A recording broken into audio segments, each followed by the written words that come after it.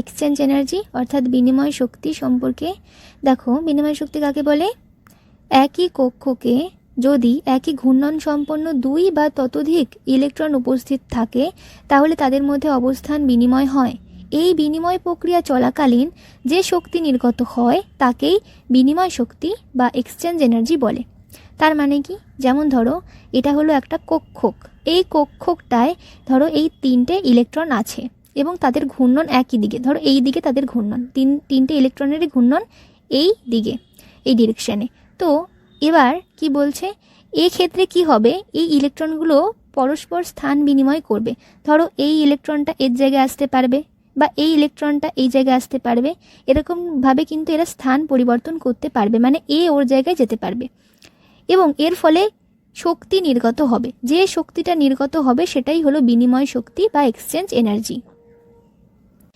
এবার দেখো খুব ইম্পর্টেন্ট, যত বেশি শক্তি বিনিময় হবে তত পরমাণুর স্থায়িত্ব বাড়বে, অর্থাৎ পরমাণুর স্টেবিলিটি বাড়বে। ধরো অ্যাজ এ এক্সাম্পল তোমাকে বলা হলো D4 আর D5কে দিয়ে যে কোন কক্ষটির মধ্যে শক্তি বেশি বিনিময় হয়েছে, কিভাবে বার করবে? প্রথমত তো তুমি দেখেই বুঝতে পারবে, দেখবে যে এই যে উপরে যে 4, 5 আছে এই মানগুলোর মধ্যে যেটা বড় হবে তার মধ্যেই শক্তি বেশি বিনিময় হয়েছে, আর যার কম হবে মানটা সেটার মধ্যে কিন্তু শক্তি কম বিনিময় হয়েছে। তাও দেখো প্রসেসটা কিভাবে বার করতে হয়। যদি দেখো এখানে D4 এর ক্ষেত্রে কি লেখা হয়েছে, 3 + 2 + 1 = 6, আর D5 এর ক্ষেত্রে লেখা হয়েছে 4 + 3 + 2 + 1 = 10। তো এটা কিভাবে হয়েছে ব্যাপারটা, যেমন ধরো D4 এর ক্ষেত্রে এখানে 4 আছে, তার মানে আমি দেখো 4টে খোপ কেটে নিলাম আর ধরে নিলাম এই 4টে বাক্সতে 4টে ইলেকট্রন আছে। তাহলে প্রথম ইলেকট্রনটা পাশের 3টে ঘরে যেতে পারবে, তাই 3। পরের ইলেকট্রনটা মানে দ্বিতীয় ইলেকট্রনটা পরের 2টো ঘরে যেতে পারবে, তাই 2। আর তৃতীয় ইলেকট্রনটা পরের একটা ঘরে যেতে পারবে, তাই 1।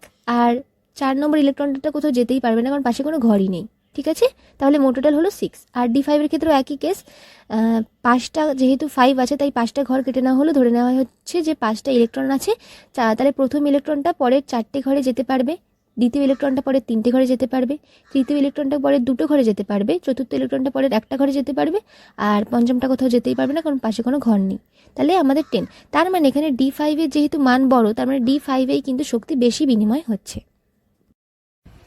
এরকম আরো ভিডিও পেতে চ্যানেলটিকে সাবস্ক্রাইব করে দাও এবং বেল আইকনটিও প্রেস করে দাও। ধন্যবাদ।